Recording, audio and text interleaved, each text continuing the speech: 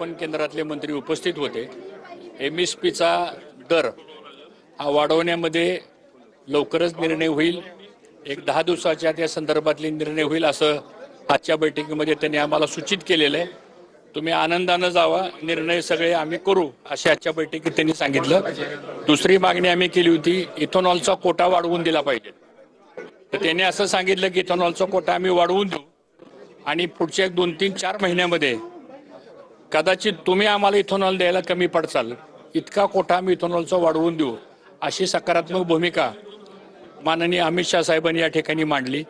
त्याचबरोबर interest subvention scheme जी होती 2 लाख कोटीची, की ज्यामुळे आम्ही फार मोठी गुंतवणूक डिस्टिलरीमध्ये आणि एक्सपान्शनमध्ये केली होती, त्याची इंटरेस्ट सबवेन्शन स्कीमचे सबसिडी 1400 कोटी रुपये आमची येणं बाकी होतं नाबार्ड मार्फत, तर ती ताबडतोबीने रक्कम अदा केली जाईल हे पण त्यांनी आजच्या मीटिंगमध्ये सांगितलं।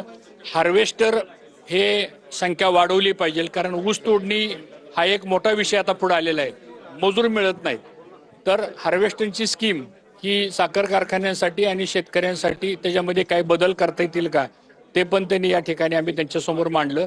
त्याचबरोबर शुगर डेव्हलपमेंट फंड जो SDF आहे ते आता बंद झालेलं आहे आणि 1050 कोटी मुद्दल आहे आणि 1500 कोटी व्याज झालेलं आहे, तर त्याची वन टाइम सेटलमेंट करावं आणि व्याज सगळं माफ करावं ही मागणी मांडली। त्याच्यावर त्यांनी सांगितलं आम्ही सकारात्मक मार्ग काढतो। आणि सगळ्यात महत्त्वाचं म्हणजे कर्जाचं पुनर्गठन, हे कर्जाचं पुनर्गठन करण्याचा तत्वता त्यांनी मान्य केलेलं आहे।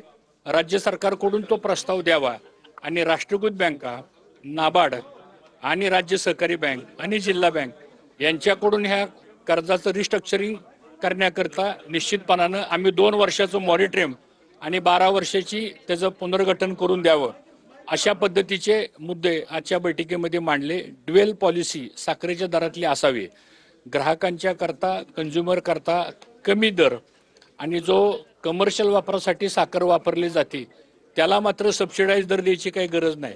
तर त्या ड्युएल प्राइसिंगच्या बाबतीमध्ये माननीय अमित शाह साहेबांनी असं सांगितलं की याच्याबद्दलचा एक डिटेल प्रस्ताव तुम्ही आम्हाला एक 8 दिवसामध्ये आणून द्या आणि त्याप्रमाणे निर्णय होईल।